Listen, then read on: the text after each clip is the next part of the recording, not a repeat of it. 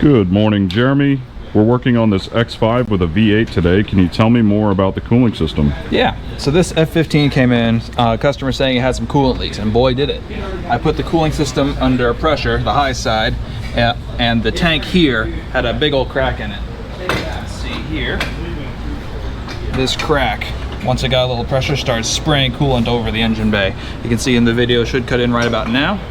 So we have the system under pressure, and yeah, I'd say that is not as specified by the factory. So we're replacing the tank, but I was looking around the rest of the car and found coolant going down the front of the motor. All this green kind of powder you see here is dried coolant that started running down and crystallized. Turns out the water pump, this guy here, sits in a car like that. The front seal for the pulley has been leaking down onto the belts and it's been slung around the whole front of the car. There is coolant everywhere down here. I've already cleaned up some, but it's going to take a while to clean up the rest. So we're replacing pretty much everything in this area, and should be a lot better. Awesome. Thanks, Jeremy.